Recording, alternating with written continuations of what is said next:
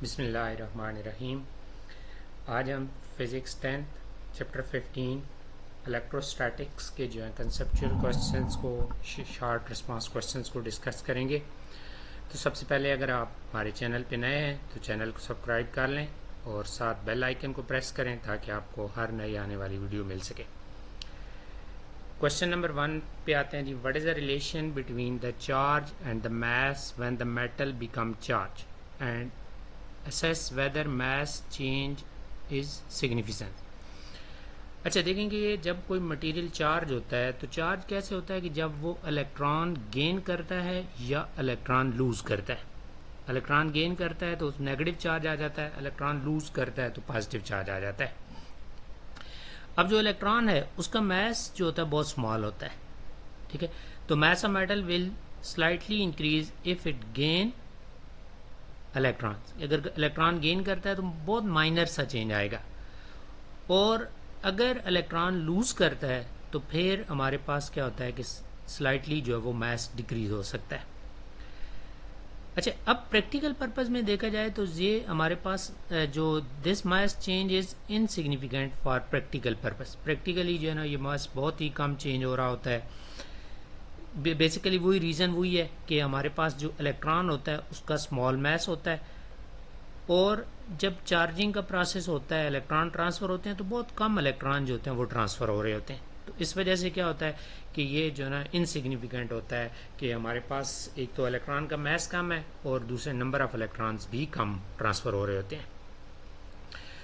उसके बाद नेक्स्ट हमारे पास है how grounding system prevent static build up in the fuel truck and what are the dangers without the grounding. कि जब स्टैटिक चार्ज बिल्डअप हो जाता है, जब आपके पास ये ऑयल टैंकर जो होते हैं ये जब मूव करता है एयर के अंदर तो उसके ऊपर क्या आ जाता है, चार्ज आ जाता है। अब इस चार्ज को अगर हम रिमूव नहीं करेंगे इस ट्रक से तो क्या होता है कि वहाँ पे फायर और एक्सप्लोजन हो सकता है। तो अब ग्राउंडिंग सिस्टम के जरिए क्या होता है, grounding system in the fuel tank provide a low resistance path for the static charge to flow to the ground। ये देखें नीचे जो ब्लू कलर की वायर है ये नीचे कनेक्ट की गई है हमने और इसको नीचे अर्थ के साथ कनेक्ट कर दी है। तो इस तरह क्या होता है कि इसके ऊपर जो चार्ज बिल्डअप होता है वो नीचे फ्लो होके ग्राउंड के अंदर चला जाता है। इस तरह इसमें से चार्ज जो वो ख़त्म हो जाता है। अच्छा, अब देखेंगे अगर ग्राउंडिंग नहीं करेंगे तो फिर क्या इफेक्ट होगा। Without grounding, static electricity can build up due to the friction and can lead to spark discharge। कि अगर आप इसको रिमूव नहीं करोगे तो चार्ज को, तो उसकी वजह से क्या होता है कि स्पार्क प्रोड्यूस हो सकता है। अब जाहिर सी बात है टैंकर के अंदर पेट्रोल है तो जब स्पार्क प्रोड्यूस होगा तो उसकी वजह से एक्सप्लोजन और फायर हो सकती है। उसके बाद नेक्स्ट क्वेश्चन है why electron transfer charge instead of proton or neutron and how this affect circuit and device design। देखो कि कहता है कि जो आपका चार्ज फ्लो करता है वो इलेक्ट्रॉन की वजह से फ्लो करता है। जब आपके पास कोई कंडक्टर है ना तो इसको जब हम कनेक्ट करते हैं बैटरी के साथ तो इसके अंदर जो चार्ज फ्लो करता है वो इलेक्ट्रॉन की वजह से होता है। तो पूछ रहा है कि वो इलेक्ट्रॉन की वजह से क्यों होता है, प्रोटॉन्स या न्यूट्रॉन्स की वजह से क्यों नहीं होता। तो बेसिकली क्या होते हैं कि इलेक्ट्रॉन्स जो होते हैं वो आउटर शेल्स के अंदर होते हैं और कंडक्टर के अंदर ये लूजली बाउंड होते हैं। अब जब ये लूजली बाउंड होते हैं तो क्या होते हैं कि दे कैन मूव फ्रीली। तो वो फ्रीली जो है ना जब आप यूं ही बैटरी कनेक्ट करते हैं तो ये इलेक्ट्रॉन फ्रीली मूव हो सकते हैं। लेकिन जो प्रोटॉन्स और न्यूट्रॉन्स होते हैं ये न्यूक्लियस के अंदर होते हैं और टाइटली बाउंड होते हैं और इमूवेबल होते हैं नॉर्मल कंडीशन के अंदर। तो इस तरह क्या होता है कि ये जो प्रोटॉन्स और न्यूट्रॉन्स हैं ये मूव नहीं करते। तो आपका जो करंट होता है, जो चार्ज होता है वो इलेक्ट्रॉन्स की वजह से फ्लो करता है। अच्छा जी, उसके बाद impact on design and device design, on the circuit and device design. तो ऑल इलेक्ट्रिकल सर्किट्स, जितने भी सर्किट्स हैं चाहे वो सिंपल हैं या कम्प्लेक्स सर्किट हैं, उनको जब डिज़ाइन किया जाता है तो उसमें हम अज्यूम करते हैं कि इलेक्ट्रॉन्स जो होते हैं वो फ्लो करेंगे। और दूसरा ये होता है कि conductive material are chosen based on how easily electron can move. जो कंडक्टिव मटेरियल्स होते हैं उनको हम चूज़ करते हैं इस बेस पे कि उसके अंदर से कितना इलेक्ट्रॉन जो होते हैं वो ईजिली मूव कर सकते हैं। जिस तरह कॉपर और सिल्वर वगैरह होते हैं तो इनमें इलेक्ट्रॉन जो होते हैं वो ईजिली मूव हो सकते हैं। उसके बाद नेक्स्ट क्वेश्चन है, why a charge balloon stick to the neutral wall due to polarization, compare this interaction with conductor versus an insulator.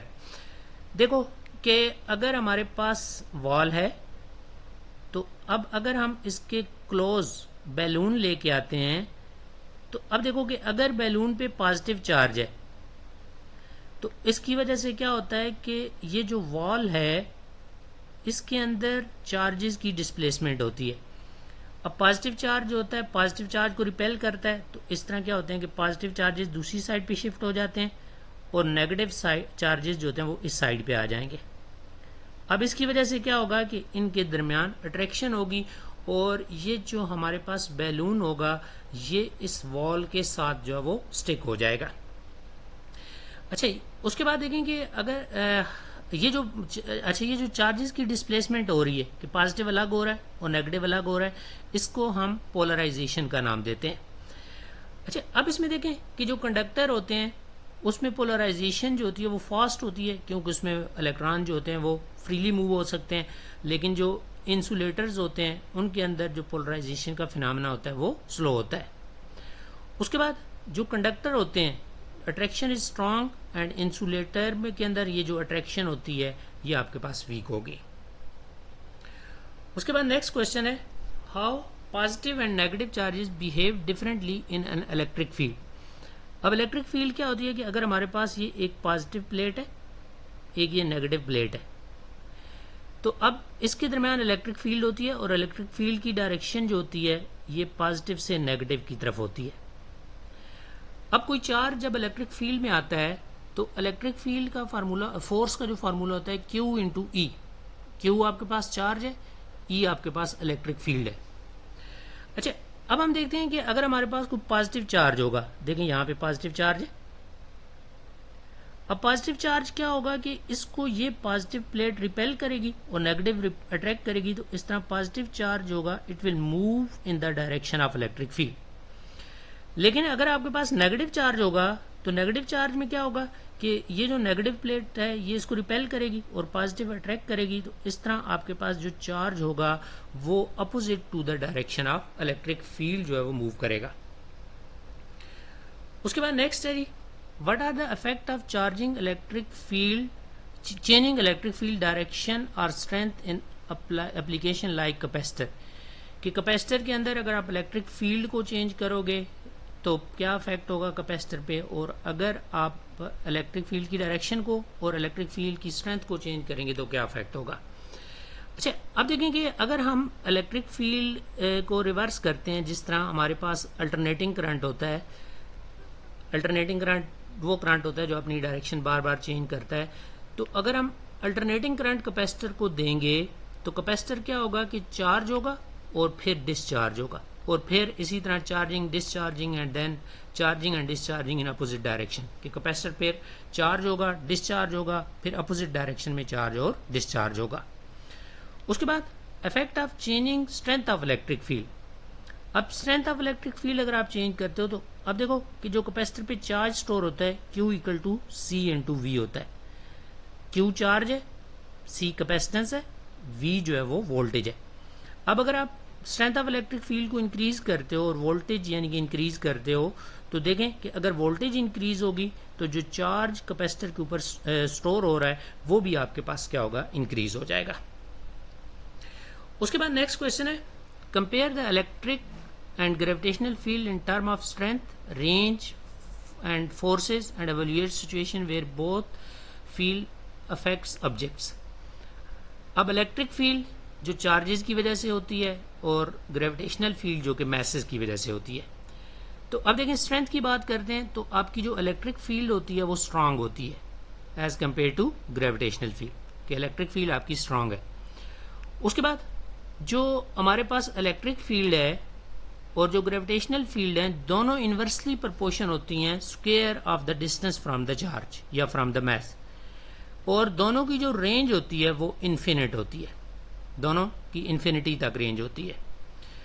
उसके बाद जो इलेक्ट्रिक फोर्स होती है, अब इलेक्ट्रिक फोर्स आपके पास अट्रैक्टिव भी हो सकती है और रिपल्सिव भी हो सकती है, लेकिन जो ग्रेविटेशनल फोर्स होती है वो हमेशा आपके पास क्या होती है, अट्रैक्टिव होती है।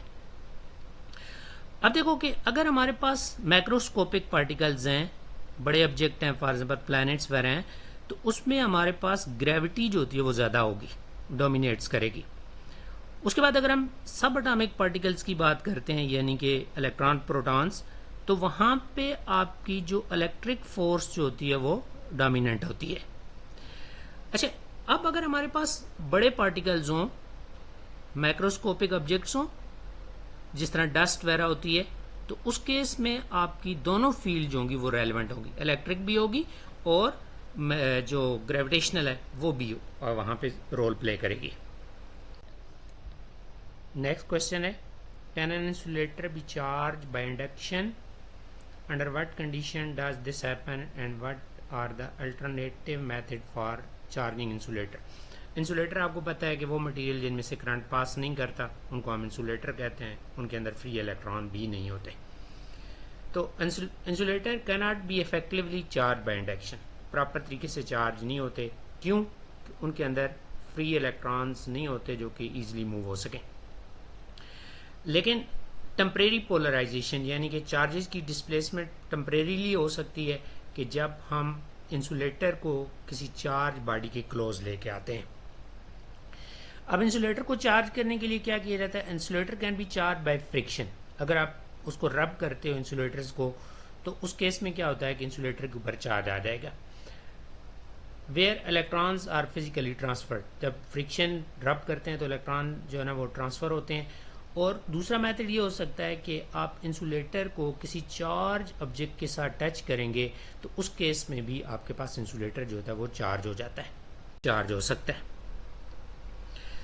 उसके बाद नेक्स्ट देखें कि what is corona discharge around a conductor specially sharp points.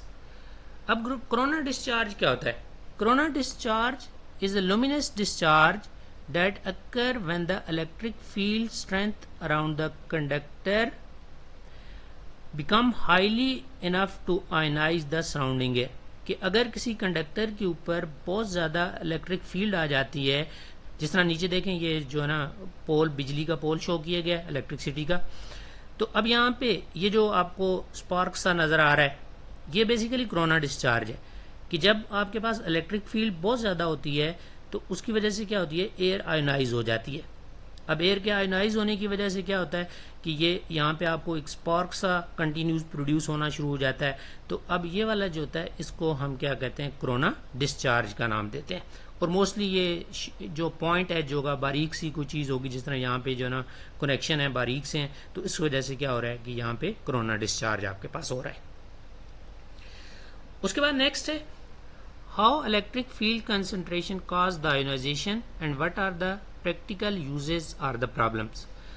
अब देखो कि जब आपकी इलेक्ट्रिक फील्ड कहीं किसी जगह पे बहुत ज़्यादा इकट्ठी इलेक्ट्रिक फील्ड लाइंस हो जाती हैं, तो फिर हमारे पास क्या होती है कि फील्ड स्ट्रेंथ जो होती है वो इंक्रीज हो जाती है।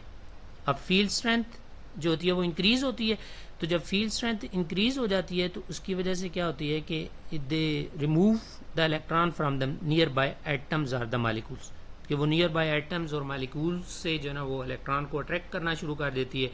और इस प्रोसेस को हम क्या कहते हैं, आयोनाइजेशन का नाम देते हैं, कि उस मटेरियल से इलेक्ट्रॉन अट्रैक्ट करके बाहर निकाल देती है।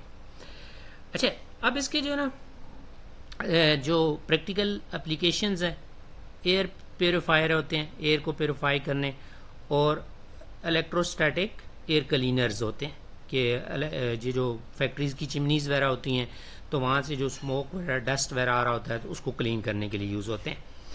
उसके अलावा लाइटनिंग कंडक्टर्स जो होते हैं, जो लाइटनिंग होती है उससे प्रोटेक्ट करने के लिए ये कंडक्टर लगाए जाते हैं। उसके अलावा ये यूज़ होती हैं जो हमारे पास ट्यूब्स होती हैं, ट्यूब लाइट्स जो होती हैं उनके अंदर यूज़ होता है, या नियॉन लाइट्स होती हैं तो उनके अंदर जो है ना ये आप यूज़ कर रहे होते हो।